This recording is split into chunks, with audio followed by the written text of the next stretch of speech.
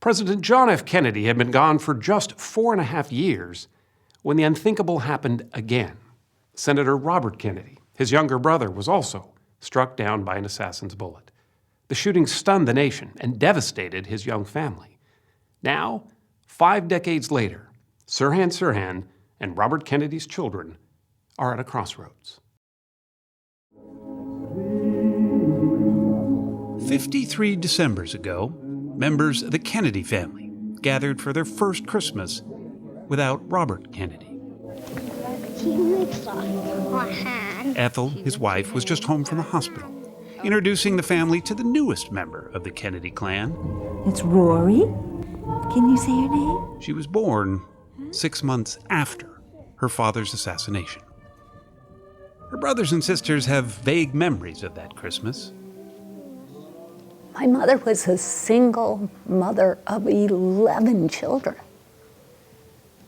16 to infant, who had just watched her husband be killed. She's tough. She's tough. She's the toughest person I've ever met. Kerry Kennedy was just 9. Chris was only 4. What sticks are fuzzy images, brief glimpses of their father. Moments like that, and the future ones, lost, when a 24-year-old assassin named Sirhan Sirhan took it all away. All those times when you want your father, when my brother David died, where's my dad? When my brother Michael died, where's my dad? When I got married and I walked down that aisle alone. We've all been through thousands of hours of therapy, 28-day programs, all sorts of things to, recover from the damage and the crime. We are living with it every day. During the spring of 1968, New York Senator Robert Kennedy had been campaigning in California for the Democratic presidential nomination. When he was running, do you remember the crowds? Do you remember his supporters? I remember the crowds. Yes, lots and lots of crowds. He had a war he wanted to end. No more Vietnam. He had pain he wanted to heal in our country. If we let this antagonism and almost hatred control all our emotions toward one another, we're just going to be in great difficulty. That was taken away from all of us, not just Chris and me, but you and everybody in this audience. You give me your help, and we win the primary here in the state of California. We'll win the election in November, and we'll make a new day for mankind with your help. Thank you very much. It wasn't a given. The state's winner-take-all primary was a must-win.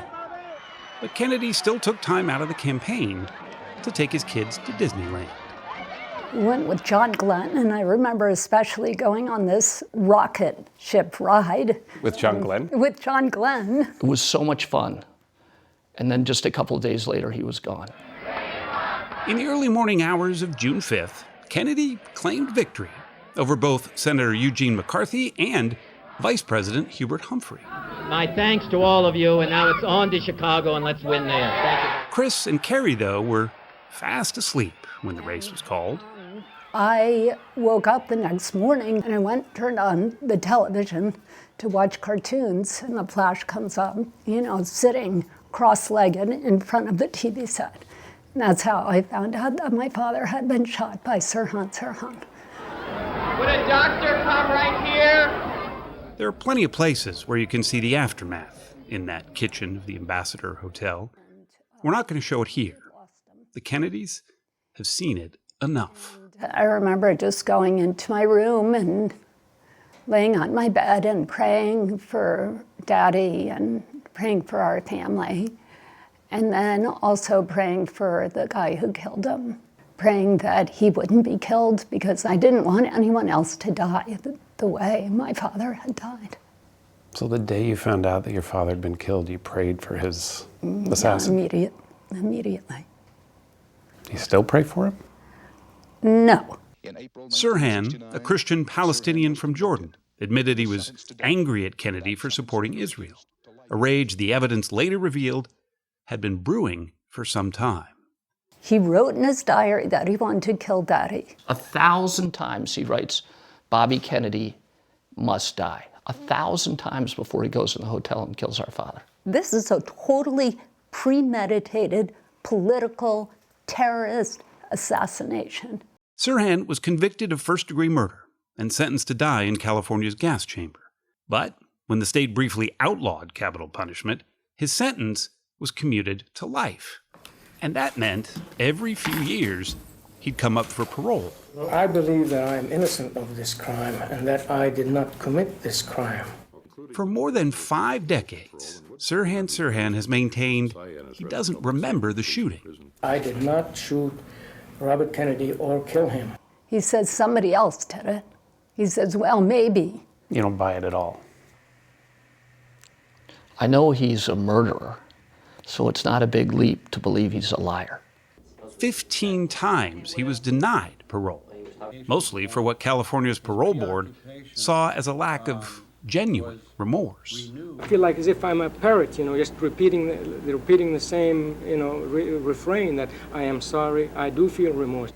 But this past August, at age 77, Sirhan Sirhan got another chance, and this time things had changed.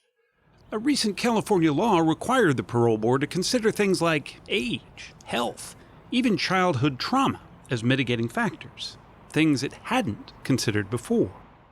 Sirhan was still cagey about his direct involvement in the assassination, but, as one board member said, we do not find that your lack of taking complete responsibility adds to current dangerousness.